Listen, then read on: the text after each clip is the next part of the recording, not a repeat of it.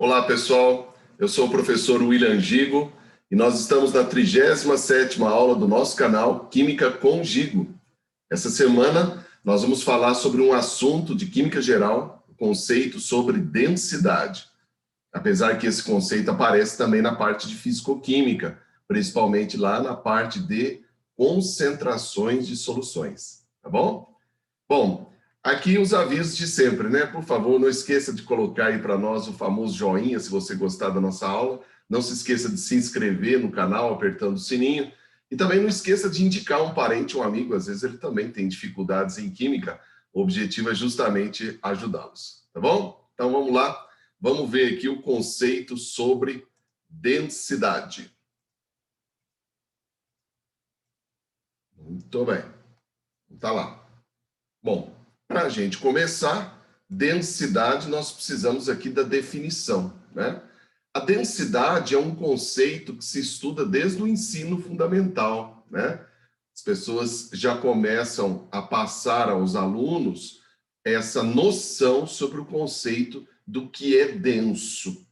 As pessoas normalmente fazem a relação de densidade com uma coisa pesada, uma coisa compacta, né? Então a gente fala assim, ó, aquele produto ali é muito denso.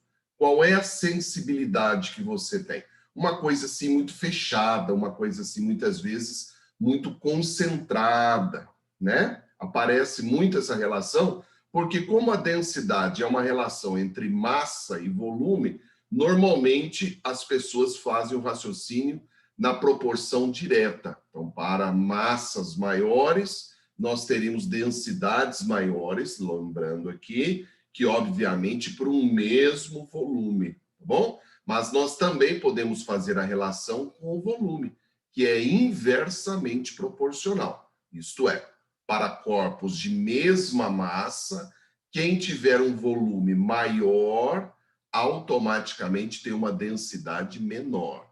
Então, nesse caso, seria assim, ó, mais espaçado, né? As pessoas têm essa relação. Muitas pessoas também confundem densidade com viscosidade. Por exemplo, comprei um produto para limpeza e quando você aperta o bastão, sai um produto de lá de dentro muito denso, né? Na verdade, você tira lá de dentro um produto muito viscoso.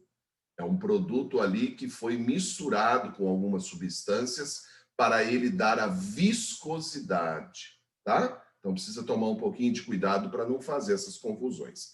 Na verdade, a maioria dos vestibulares não tem cobrado do aluno o cálculo, né? Porque jogar aqui o valor da massa, o valor do volume e determinar a densidade é um conceito muito simples. Na verdade, eles precisam que você entenda a parte conceitual, a realidade disso aqui, tá? Lembrem-se que densidade é uma grandeza que não tem uma unidade própria. Ela depende da unidade da massa e da unidade do volume. Isto é, nós podemos ter N situações diferentes. Grama por litro, grama por centímetro cúbico, quilo por litro, né? Então, nós podemos estabelecer N situações diferentes para a densidade. Agora, um detalhe é extremamente importante. A densidade está sempre relacionada a uma coisa só. O que você quer dizer com isso, William? Densidade do solvente, massa do solvente, volume do solvente. Densidade da solução, massa da solução, volume da solução. Tá bom? Eu sempre costumo brincar com os alunos com a mandioquinha. Então, densidade da mandioquinha, massa da mandioquinha sobre volume da mandioquinha. Não pode ser de uma coisa diferente. Então, a relação de densidade é sempre para a mesma grandeza. Tá bom? William, por que eu preciso tomar esse cuidado? Porque nós temos também a chamada concentração comum, que é massa sobre volume. Só que lá é massa do soluto dividido por volume da solução. São coisas diferentes, tá bom? Então precisa tomar muito cuidado. Então trabalhar com a densidade tem que ser tudo da mesma grandeza, tá? Obviamente que para determinados valores de temperatura e pressão, nós podemos estabelecer valores para a densidade. Qual é a densidade mais comum que a gente conhece? O da água, 1 grama por centímetro cúbico, 1 grama por mililitro, tá? Então, essa é a densidade mais comum, que é importante também, principalmente para a parte de soluções, beleza? Mas a densidade também pode estabelecer relações para substâncias em estados gasosos, por exemplo. Então, para substâncias onde você tem um aumento de volume, por influência, por exemplo, de um aumento de temperatura, onde o gás se expande, automaticamente nós passamos a ter uma densidade menor. Porque, veja, que a massa dentro do recipiente permanece constante. Então, se você tem um aumento do volume, uma diminuição da densidade. Olha lá, as pessoas vão fazendo aquela relação assim, ó, menos compacta, mais espaçado, tá vendo? Essas relações são muito comuns para as pessoas no raciocínio normal. Também posso fazer a relação com pressão, ó.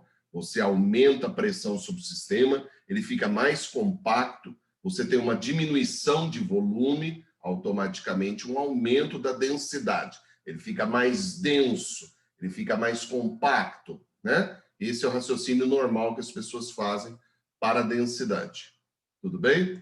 Podemos ter uma influência, então, com relação ao estado físico. Conforme nós vamos mudando de estado físico, de sólido para líquido, para gasoso, nós vamos tendo uma expansão do volume, automaticamente uma diminuição da sua densidade, certo? Elas ficam mais espaçadas, elas ficam mais esparramadas, né? Então, substâncias no estado gasoso apresentam menor densidade. Por isso que normalmente os gases sobem.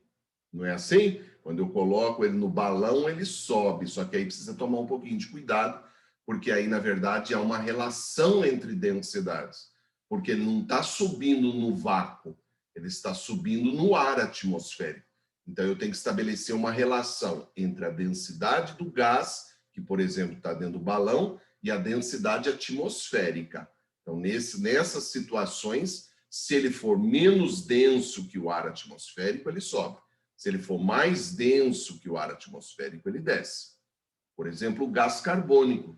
O gás carbônico ele é mais denso que o ar atmosférico. Então, ele se acumula nas atmosferas mais baixas, certo? Se nós pegarmos, por exemplo, o gás hélio, ele é menos denso que o ar atmosférico. Então, se eu encher o balão de hélio, ele vai subir, tá bom? Então, aí nesse caso, precisa tomar cuidado, porque é uma densidade relativa, não é uma densidade sozinha, ele não está no vácuo. Tudo bem? Bom, mas a pergunta é, todas as substâncias, quando nós resfriamos, quando, por exemplo, nós tornamos ela sólida, obrigatoriamente nós temos uma diminuição do seu volume? Não. Veja, por exemplo, quando você coloca água na forminha, que você vai colocar dentro do congelador, quando ela forma o gelo, o volume dela aumenta. É uma substância anômala. Ela sofre um raciocínio contrário ao tradicional. Esfria, diminui. Esquenta, aumenta. No caso da água, não.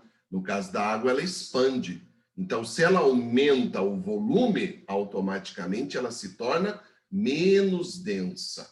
Por isso que quando você coloca o bloquinho de gelo em cima da água, ele boia. Ele é menos denso, tá bom? Apesar de estar num estado sólido.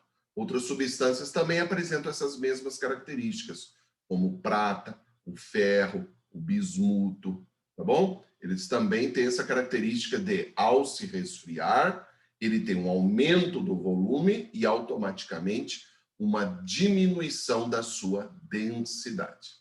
Tá legal? Beleza, gente? Era isso que a gente queria mostrar na nossa aula de hoje. Eu espero ter ajudado. Lembrando aí de você não esquecer de colocar aí para nós o famoso joinha. Não se esqueça de apertar o sininho para que você seja notificado toda vez que nós publicarmos uma aula nova. E não deixe de indicar um parente ou um amigo. Às vezes ele também tem dificuldades em química e o objetivo é ajudá-los nos benditos vestibulares da vida. Tá bom? Fiquem todos com Deus. Até a nossa próxima aula. Um grande abraço.